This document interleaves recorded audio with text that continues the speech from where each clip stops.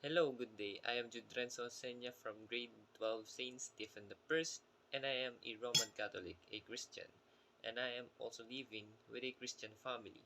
So today, I will share to you what it's like to live with a Christian family. Our day starts with a family prayer before breakfast. It is a moment to thank God for the new day and pray for each other.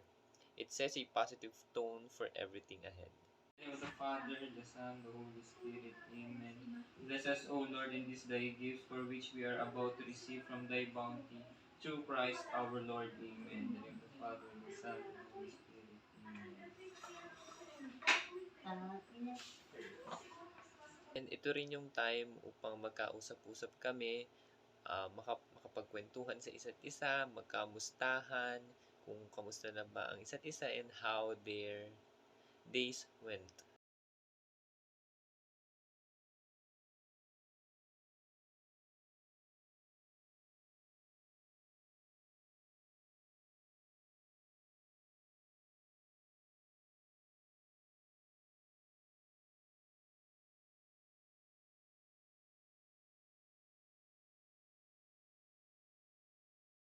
And of course, as a Christian family, hindi mawawala ang pag-attend ng Mass, rosary prayers, and even pagdalo sa mga religious activities.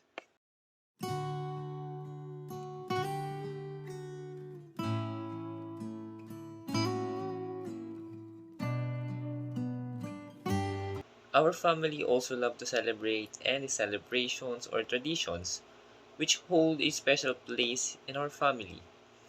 Whether it's a Christmas, Easter, or a family birthday, we incorporate our faith into these events, making them meaningful and memorable. Kahit saan.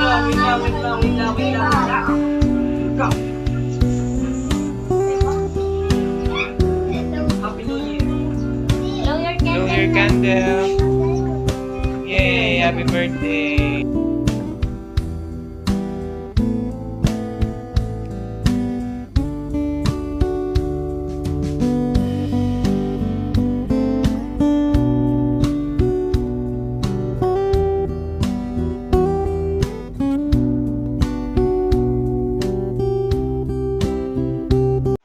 Another important aspect of living in a Christian family is supporting each other's success. For example, is celebrating graduation.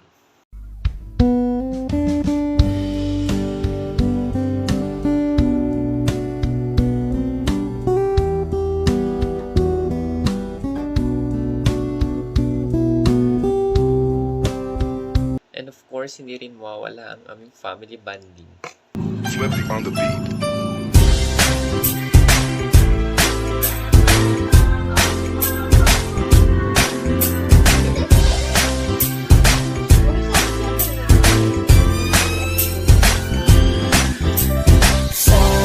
Sama tayo at walang mag-iiwanan.